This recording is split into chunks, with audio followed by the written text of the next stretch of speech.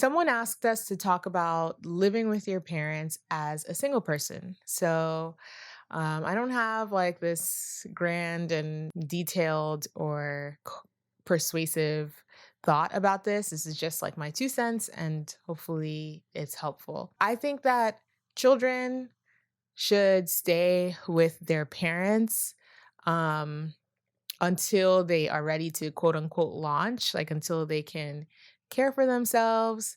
And ideally, they wouldn't be on their own for too long, if at all.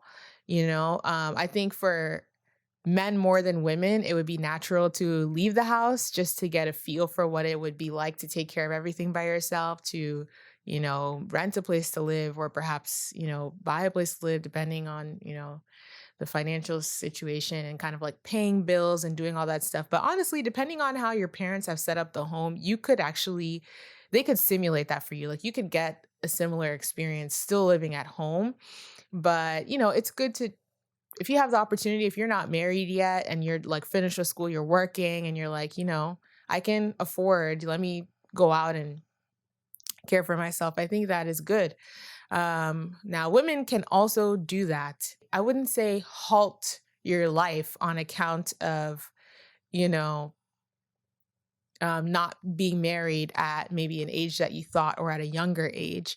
So if it gets to a place where, let's say you're 30 plus, and not married yet, if and particularly if your home environment is not conducive for you, like conducive to you learning how to or growing in the ways which are becoming of a spouse, like of a husband, of a wife, then I would say, yeah, branch out.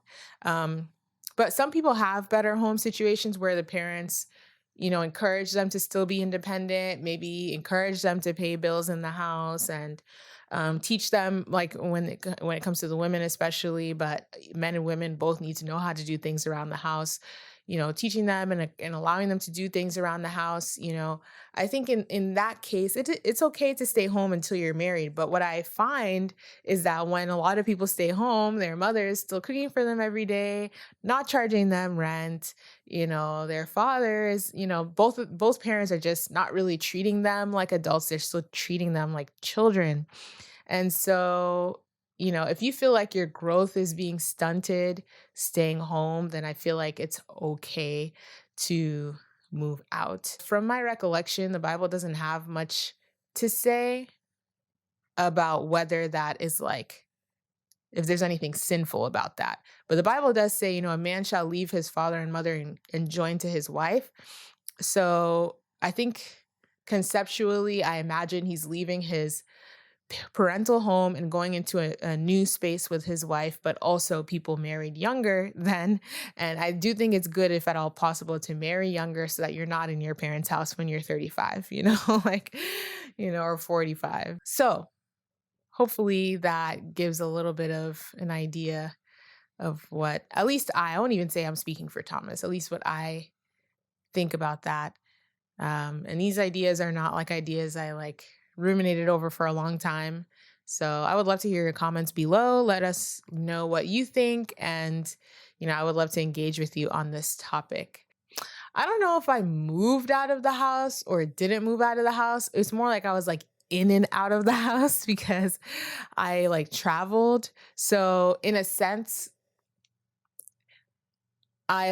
you could say I moved for like 3 months that I was in Brazil. And then I would say the time that I really moved was when I moved to China and was there alone for a year